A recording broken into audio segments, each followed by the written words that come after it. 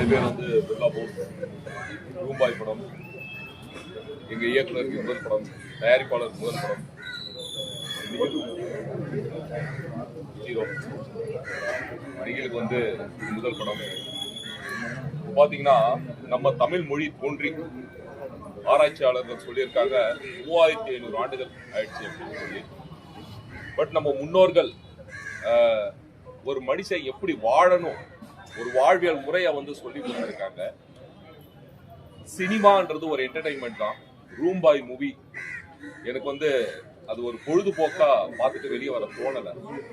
ஏன்னா கதாநாயகன் என்ன அவன் தப்பு செஞ்சான், ஏன் அவன் இந்த அளவு பாதிக்கப்படணும் இந்த படத்துல, நான் ரியல் லைஃபா தான் இதை எடுத்துக்கிட்டேன். இப்போ சமீபத்துல பாத்தீங்கன்னா நான் ஒரு மாலுக்கு போயிருந்தேன் துணி எடுக்கிறதுக்காக. ஒரு பையன் ஓடி வந்து, சார் இங்க வாங்க, இந்த டிசைன் நல்லா இருக்கு பாருங்க அப்படின்னா, இவ்வளவு அக்கறை எடுத்து சொல்றானே, ஏடா தம்பி நீ படிச்சுட்டு இருக்க அப்படின்னு சொல்லி கேட்டேன். பிஏ எக்கனாமிக்ஸ் பண்ணிட்டு இருக்கேன் அப்படின்ற மாதிரி சொன்னா. என்ன படிச்சுட்டு இருக்கேன்ற, இங்க வேலையா இருக்க? ஆமா, நான் பார்ட் டைம் ஜாப் பார்த்துட்டு போய் படிக்கிறேன். ஏன் அப்பான்னா, அப்பா ட்ரங்க் அடிட்டு அவர் சரியா காசு கொடுக்குறதுன்றதுனால இந்த வேலையை நான் செஞ்சுட்டு இருக்கேன். இந்த மாதிரி நம்ம எத்தனையோ பாக்குறோம், நியூஸ் பேப்பர்ஸ்ல எல்லாம் கேட்கிறோம். பட் ஒரு வாழ்வியல் முறையை சொல்லி கொடுத்தும் பொறுப்பற்ற அப்பாக்கள், பொறுப்பில்லாத அம்மாக்களும் இருக்கிறாங்க, இல்லைன்னு சொல்ல வரல. இதுல பாதிக்கப்படுறது யாரு? குழந்தைங்க தான். இதுக்கு என்ன ஸ்டெப் எடுக்கணும்? ஏன் இந்த அலட்சிய தன்மை?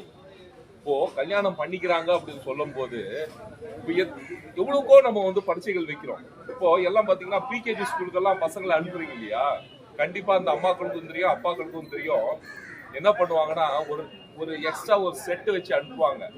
ஏன் அந்த எக்ஸ்ட்ரா செட்டு வச்சு அனுப்புறாங்க அப்படின்னு சொன்னோம்னா, ஏன்னா அவங்களுக்கு இயற்கை உபதைகள் வரது தெரியாது. அந்த மாதிரி பசங்களுக்கே வந்து எக்ஸாம்ஸ் இருக்கும், ரேங்க் ஷீட் கொடுப்பாங்க, எல்லாம் இருக்கும். அப்படி இருக்கும்போது இப்போ பாத்தீங்கன்னா நம்ம படிக்கிறோம், ஓகே 12th வரையும் படிக்கிறோம், நீட் எழுதுறோம், எல்லாமே ஓகே.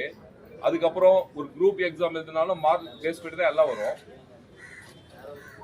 இந்த பிரபஞ்சம் ஒரு உயிரினத்தை படைச்சிருக்கிறது எதுக்கு? இனவிருத்திக்காக தான். குடும்பம் என்றது எவ்வளவு பெரிய விஷயம். அப்படி இருக்கும்போது ஏன் அதுக்கு ஒரு பரீட்சை இல்லை?